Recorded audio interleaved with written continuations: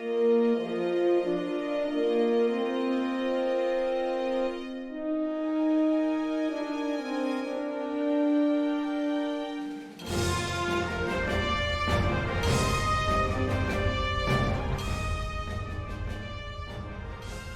boy, are we going to have fun today, folks. I'm Michael Dismuke, freelance writer for Star Trek Adventures RPG, lead writer and designer for Captain's Log Solo RPG, proud to be a blogger on Continuing Missions, which is going 6 years strong. Since 2018, we've been producing content on the #1 blog site for Star Trek Adventures and Captain's Log. And of course, this show, Continuing Conversations, is not a show unless I'm with my erstwhile ally, Jim Johnson. Hey, everybody. Jim Johnson. I'm the project manager and line editor for the Star Trek Adventures RPG, the Captain's Log Solo RPG, the Buffer Time card game, and a bunch of other stuff coming up that you'll be hearing about in 2025. But for now, talking about Star Trek Adventures, Nausicaans tonight. And we've got two guests with us tonight, no strangers to the show. I'll have them introduce themselves. And I'll start with Meric and then go over to Al. So, Meric, introduce yourself, please. Hello, my name is Meric. I am a freelancer for the Star Trek Adventures role-playing game, and having done work with Modiphius before with Acton Cthulhu and with Green Ronin on The Expanse and with Brotherwise Games on the Cosmere RPG. Very nice. You know, I'm staring at your screen because I don't recognize the blue book to the next Discovery Guide. Is that Discovery or is Discovery, that yeah, it's Discovery right there. Discovery. Okay, I couldn't tell if it was Discovery or one of the Dune books. My and Lower Decks. He has the card buffered game up right there. Yeah, Buffer Time. You got the first edition collectors, and then you got the Klingon book. Very nice, very smexy. All right, yeah. Al, introduce yourself, please. How's it going? Al Spader. I'm a freelance writer for Star Trek Adventures. I was the lead writer on the Federation Klingon War tactical campaign. I'm also a game designer and developer in my own regard. I have finished Sentience, the role-playing game, and Once Upon, the storybook role-playing game. Yes, and as of the night that we're recording this is December something or other, and Al sent me a little preview today over chat. It was the cover of the supplement for Once Upon, which looks super awesome. It's live on drive-thru as of today, but by the time this airs, it will have been out for a long time. It'll probably be up to like gold level sales. Hopefully.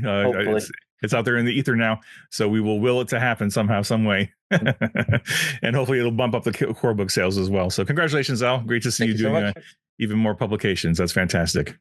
I'm old, so I learn new words all the time. So I'm hoping to say that Continuing Conversations is the thirst trap for Star Trek Adventures RPG. Would that be the appropriate use of that term?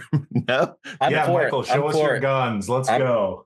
I'm publishing it right now on the internet, so it'll be forever remembered. I think Michael, for it to be a proper thirst trap, you would probably need to wear your wife beater. Oh, okay. I'll do that next time. Okay, I'll try exactly. Okay, and go to the gym beforehand so that you're super swole. And do that. Yeah. And maybe a little baby oil. Take my creatine, make sure to be slow. Okay. All right. So we are here actually to talk about pumped up aliens because this is all about Nausicaans.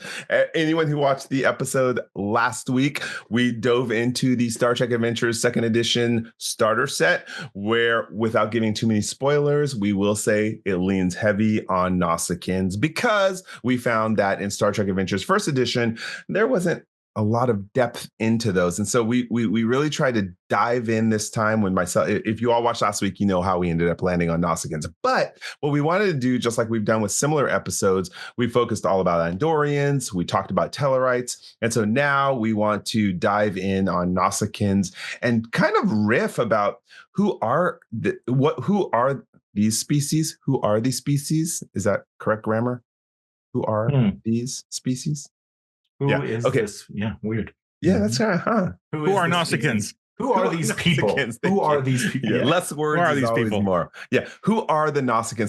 So let's first go around, and I just want to say, we'll go around and say, what do we know about Nausicaans so far based on Star Trek? You can feel free to add in anything you've read from the novels about them, but let's do what we know about Nausicaans. Let's start with Jim. We'll go Meric, then Al.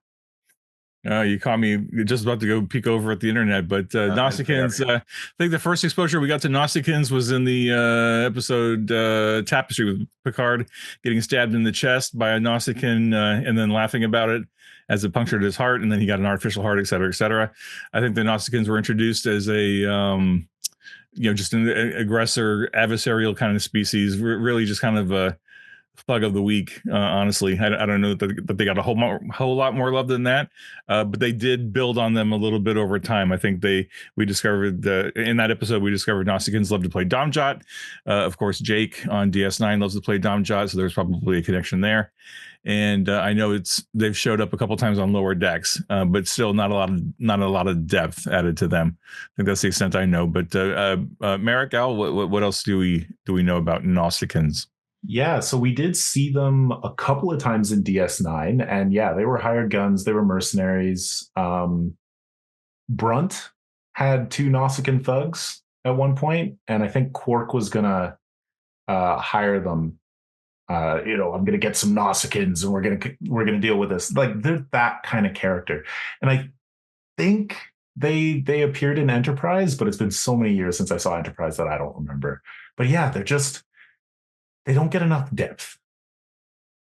Yeah, I mean, so physically, I mean, they're looming stature, right? They're probably over 6 feet tall in general. They're very broad. They have these like tusks sticking out on either side of their mouths that look very similar to almost like Predator. I mean, it doesn't open up or anything like that, but they do have that part going on as well. And yeah, I think having just completed a watch through of Enterprise for the first time ever, they're fairly fresh in my mind, and so be excited to see what else we can come up with for them. Yeah, they kind of look like the Kravik too in Voyager. Do you remember the Kravik? Yeah, they kind of like were Predator-like too. So maybe there's some distant relationship there.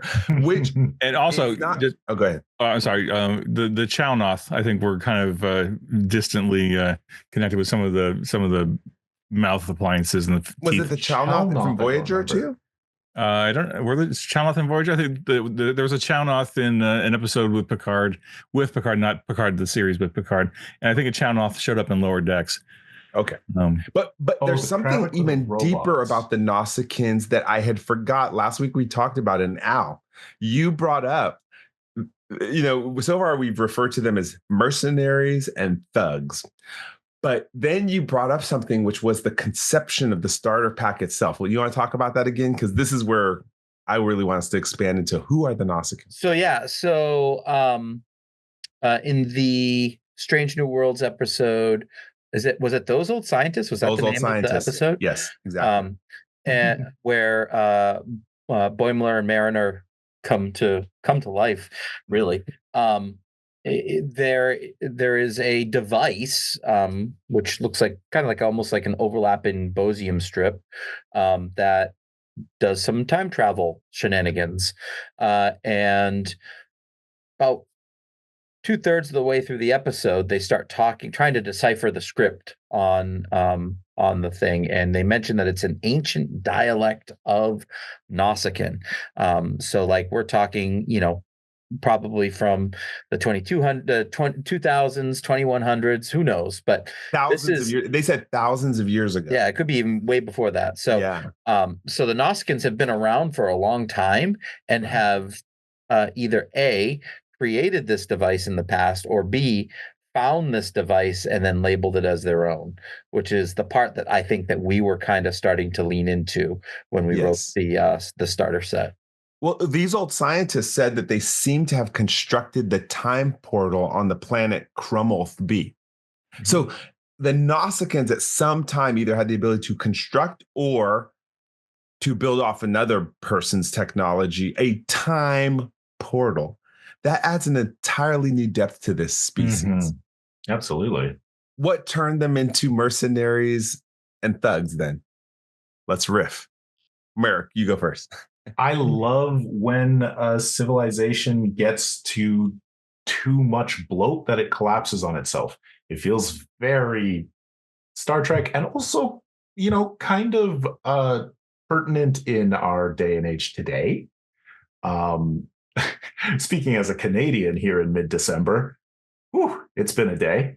But there's something interesting about a post-apocalypse. And that could be something that happens technology-wise. It could be something that happens environment-wise. It could be something social-wise.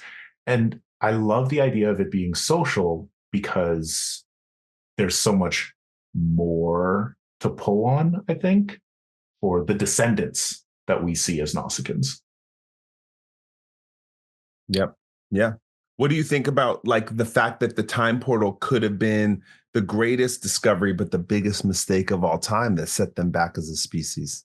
Oh, that could be interesting. I want to hear what you all think about that. Go. Somebody else take a turn. I love that. I'm going to think.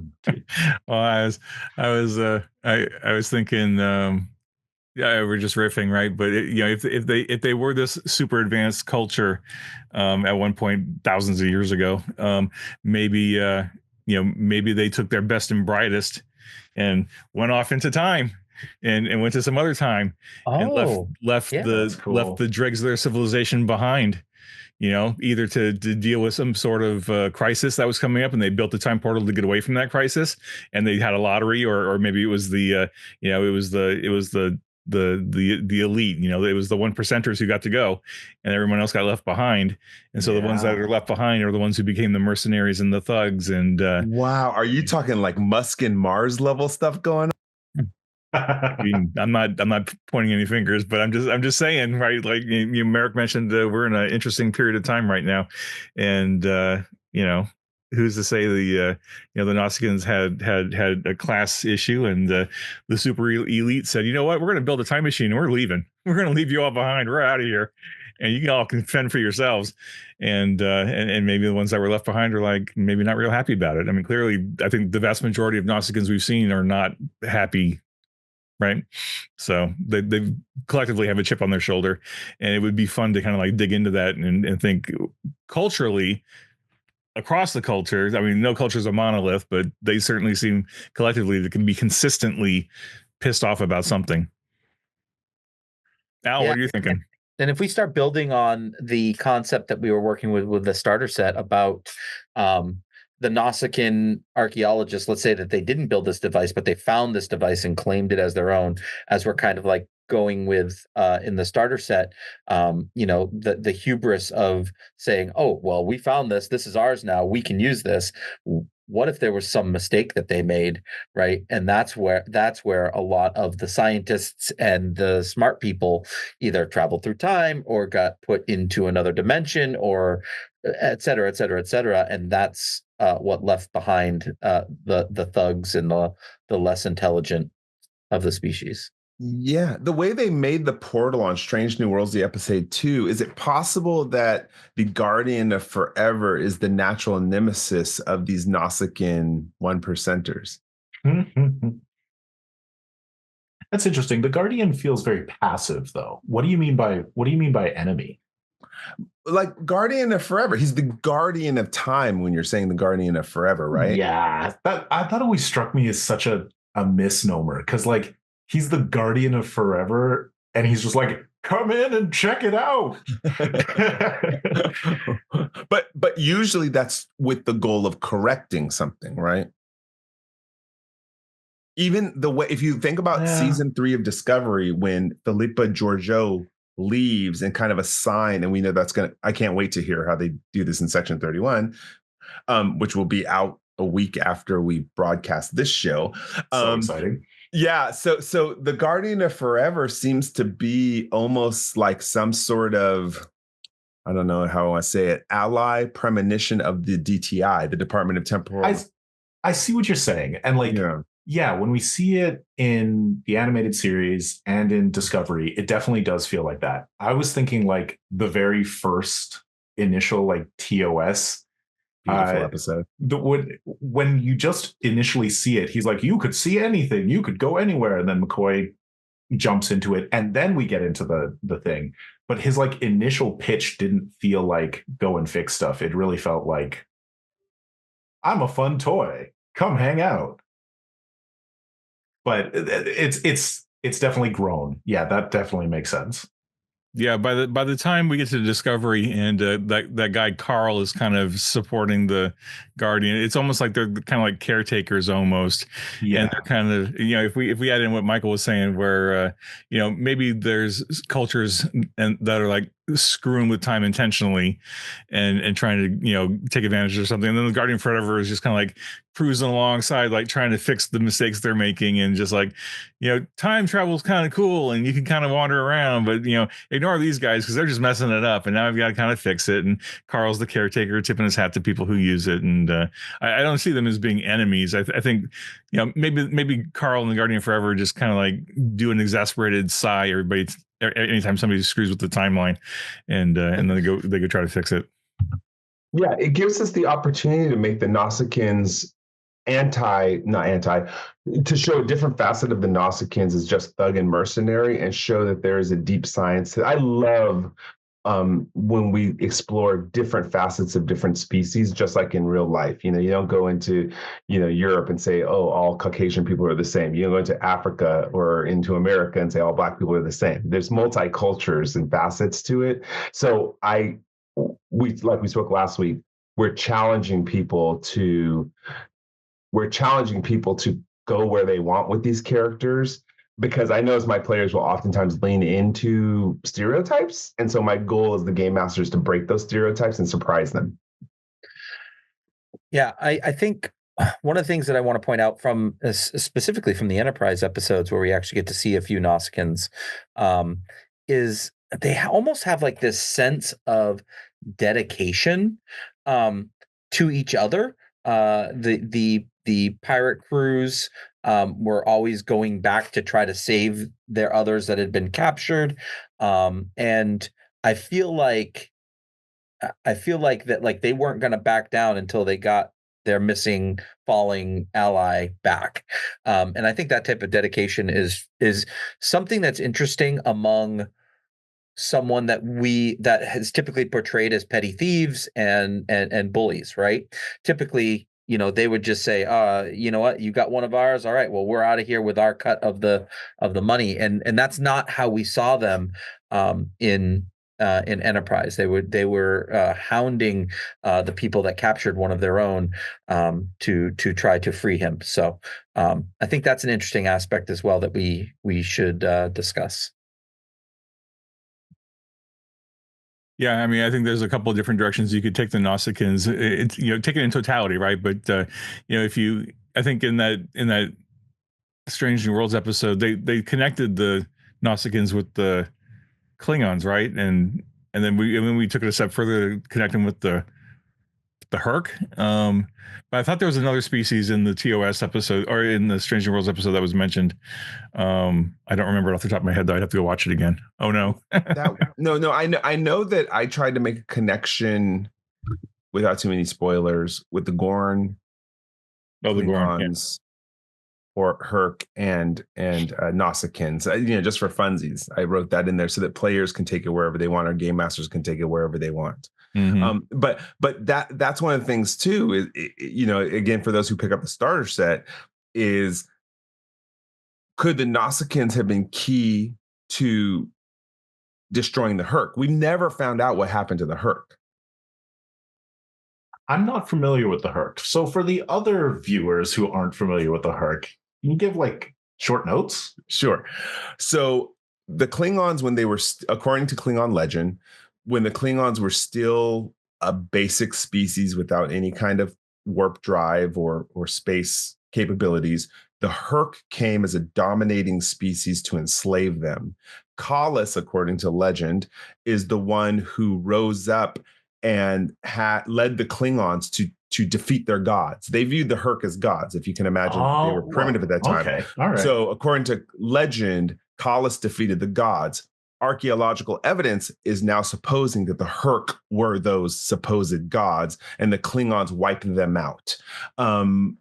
So there's a lot of room in Star Trek to play with that. I know I have theories. I've talked about it in my Klingon episode with Eliza Pearl, is that I think, honestly, the Herc were probably the Hirogen, based if you look at the maps of how far the Hirogen spread in the Delta Quadrant that I think maybe the Hirogen, and that inspired the Klingons to become a warrior species because of how the Hirogen acted. But there's a lot of room in there. And I think the Nausicaans had a role in that because Nausicaans kind of look like Klingons, sort of, right? No? A little bit? A little bit. I like that. That's interesting. That the Hirogen could have been sort of like part of the creation of the Klingon warrior culture. That's an interesting take. I like that. Yeah. If I ever had to write a novel, I'd probably throw that in there. Jim? Yeah, I think one of the things that when I was just doing some research before the show on the Nausicaan ships and whatnot, is it looks like they've done several different models on Star Trek Online of ships. Behind me, I just have the Raider. This is what we see in Enterprise. They're fairly small ships that are super agile, and they can, if I remember correctly, their base was inside an asteroid, and they would like hide inside the asteroid, then open the doors and swarm out with a bunch of little shuttles and whatnot. But the STO looks like they've made some pretty cool, big, crazy looking Nausicaan ships, which is interesting. Yeah. You get a little taste of the Nausicaans also in the autobiography of Jean-Luc Picard, written by David Goodman. And they go a little into that too, about how they had territory and Federation that the Federation claimed, but the Nausicans had some earlier claims, so they were allowed to keep their asteroid mining facilities. So there's some pretty cool B canon, beta canon kind of information there for Nausicaans. Has a Nausicaan ever been part of Starfleet Academy? So riffing all of that together, how Al was talking about in Enterprise, they're very connected. Like they probably have a culture that's a little bit more community-based than we expect based on how they've been portrayed. And then the idea that maybe their civilization fell apart. I feel like there's a lot of factions, that it's not like there is a Nausicaan government somewhere. It feels like there's probably big, powerful families or clans or something like that, or like, planet states. And in that case, sure, an individual could join Starfleet, but it definitely seems like very rare. Yeah, according to Beta Canon, the Section 31. Sorry, I've been catching up on a lot of novels. The Section 31, and Jim, have you read that too? With Bashir, they basically have it where Nausicaa fell to the Borg, and the Federation did not defend them, and it wiped out the planet. Wow, I remember reading the Bashir Section 31 novel, but I don't remember that coming up. I'll have to go back and reread it. It may have been they had a Picard Section 31 novel, mm-hmm. and also a 7 of 9 Section 31 novel. It was one of those Section 31 series where there were some pretty prominent Nausicaans in it, and my heart broke for them. And I remember Worf had a big confrontation with them because he thought that the Federation should have helped them. Yeah, it was really well written. I forget. That's pretty cool.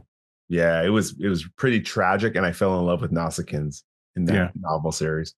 Interesting. So riffing, about the Herc and the Nausicaans and stuff. I almost wonder if the Herc originated the use of the time crystals, and that's why they were perceived as gods by the Klingons. The Klingons whacked the Herc and then took the time crystals, and maybe that portal that they found in Strange New Worlds is powered by a time crystal. And you got some interrelations there. I was also thinking you could get the Orions involved in this, because the Orions, theoretically, we're seeing this through line a little bit in a couple of the series where they're not all pirates, right? They want to be known as, they want Orion scientists to be renowned and to be known. And it's like, well, you could be both. You could be scientists and pirates, right? There's nothing wrong with that. But, maybe there's some machinations going on where the Orions and the Nausicans families were at odds with each other way back when. And, maybe the Orions built the portal and yeeted the Nausicans through it or something. I don't know. There's all kinds of things. When you get into time travel, man, there's all kinds of stuff you can do with it. When Miles was undercover with the Orion Syndicate, I think he had to fight some Nausicaans. I think that they were working for the Orion Syndicate. So yeah, there's definitely some connection where they worked for each other at some points. Although, wouldn't that be interesting if we riffed off of what you were saying about the Nausicaans being different, like clans or families or something? Maybe some of them are independent and some of them have fallen on harder times and have to take mercenary work, or maybe some of them intentionally take mercenary work in order to pretend that they're on hard times and use some subterfuge. Ooh, and be double agents. Yeah. Yeah, it seems like in the 22nd century you had Nausicaan captains too, like an Enterprise, whereas you don't see that as much in later ones. Like you're seeing this fall away of the civilization, right? And I would play if I was playing a Nausicaan, I would like to play a 24th century, like post TNG Nausicaan, trying to bring it back and trying to bring honor back to their people. Because I find that they have a kinship with Klingons too. They might actually latch on to that honor kind of thing. You see them throwing darts at each other in DS9 for fun, like they're into pain for whatever reason. So pain sticks. They would love the pain stick ceremony. They could survive that. I think I would take Nausicaans there. Let's talk. Turning it into the game, Star Trek Adventures 2E, the talent. Like, what could you create? Because I created some talents in the starter set for Urachaxa and also just basic Nausicaan raiders. I adapted some talents that people could pull in and call those the species abilities. But based off this, I love the idea you said, Jim, scientist pirates or pirate scientists. What could those talents look like in Star Trek Adventures 2E if someone wanted to say, hey, you know what? I want create species abilities for Nausicaans. Anyone? Bueller? Maybe they're good at, this is kind of pulling on the Borg thing, but maybe they are really good at adapting other technologies. I like that. So pirate, almost like kit bashing. Yeah, exactly. Maybe when using another culture's ancient device, they ignore the first complication rolled or something like that, like because they're so, like, their insight is so strong into this type of stuff, and they're so used, like if they found a cutlass buried in the dirt on a planet, they would pick it up and start swinging it, right? Like, this is how we're kind of developing the culture a little bit here in the starter set, right? So if they found a device like let's say they found a Bajoran orb buried somewhere, they would pick it up and start using it right away without even thinking about the ramifications, right? And maybe they just ignore the first complication they roll when they try to use that device. Yeah, and I like positioning it as, a very positive thing, that it's not scavenging as so much as, like we kind of talked about, as like ownership, that they see something in history as up for grabs, and they have a right to it. It sounds almost like an archaeological intelligence, almost like a ability to converge different ancient technologies for current use, like technological convergence or something. That'd be cool. Yeah, one of the things based off what Jim said too is, like, suppose if we found out that the real mass of the species are actually temporally displaced.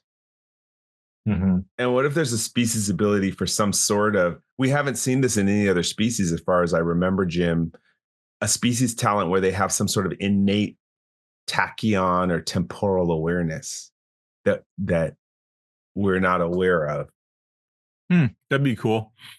So that would have been neat to tie into the Tillicol in the Shackleton Expanse, because they're all temporal. A lot of them are temporally displaced. I don't know. I mean, I love all these. This is the great thing about riffing episodes, right? I love all these ideas.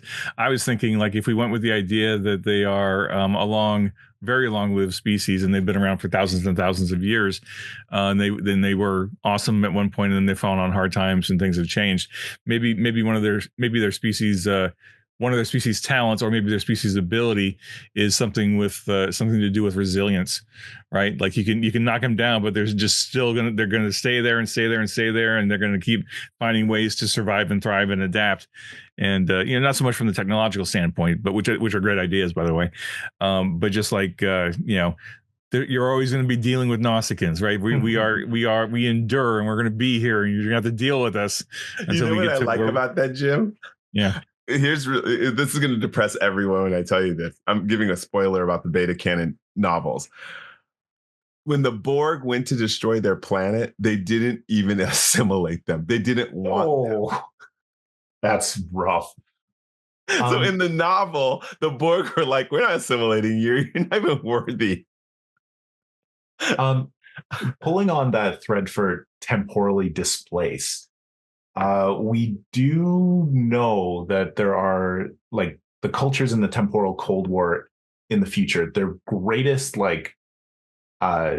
punishment that they can give to another culture is to erase you from the timeline.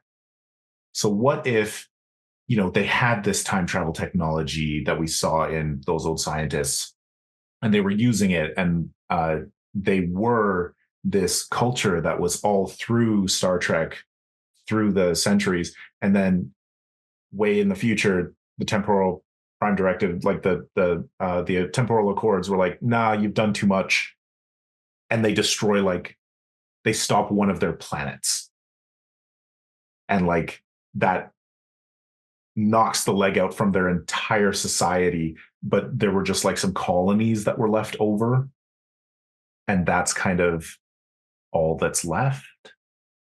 I like that. I like the sadness and tragedy of rebuilding a society.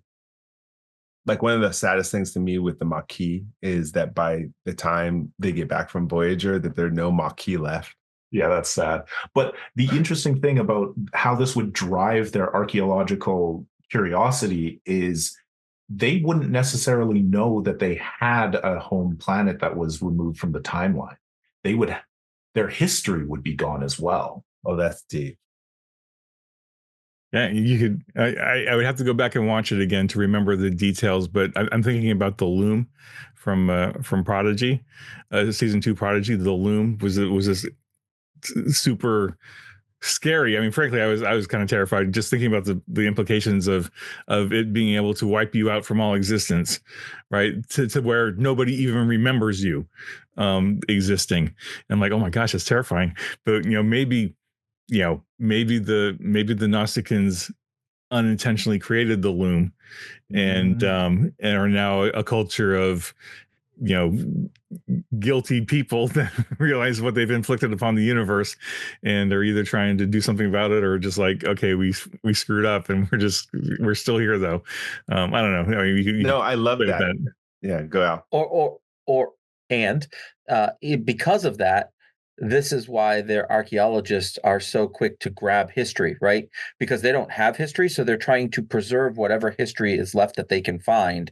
They're staking it as their own, and say, our history might be gone, but we're not going to let it happen to everyone else as well. Yeah, that hit something cool. And yet, the more they find out about their ancient history, the more shame it brings upon them. At what point do you say, we're done learning? That's a cool arc. But you got, because there might be parts of the culture that says, okay, we've learned enough. We got to stop. We don't want to do anymore. And then you've got the rogue scientists who are like, no, we need to know the truth. We need to know all the truth. We're going to keep digging. And I'm sure that you don't learn from history. You're going to repeat it. Yeah. I'm sure you could make all kinds of parallels to now, right? Even just the environment. If we don't fix the environment, we're screwed. And look, we did it to ourselves. All right, everyone. Nausicans. I think we've spent more time on Nausicans in this episode than all of Star Trek TV shows ever have. That's the power of the game, man. You can do anything you want. So players, right? You want to play a Nausicaan? We've talked about this before, but play a Nausicaan, dig deep, make something really cool and creative with it, make it your own. Yeah. All right. One last go around on Nausicans. We'll go Meric, Al, Jim, myself. I think Al really brought it home with the motivation on why they might be looking for archaeology. I love that. Kudos. Yeah, I think that like one of the things that I would challenge any game masters to do is to find a species where there's just a little bit of something there in Star Trek canon, but not a fully developed thing. You know what I mean? Like you can only have so many episodes with Q or the Borg, right? Find something like the Nausicaans, like what we've done, and build this rich, history to them, and roll with it. Odds are they're not going to be writing a Nausicaan TV show, so they're not going to be filling in a lot of those details. So you can do that.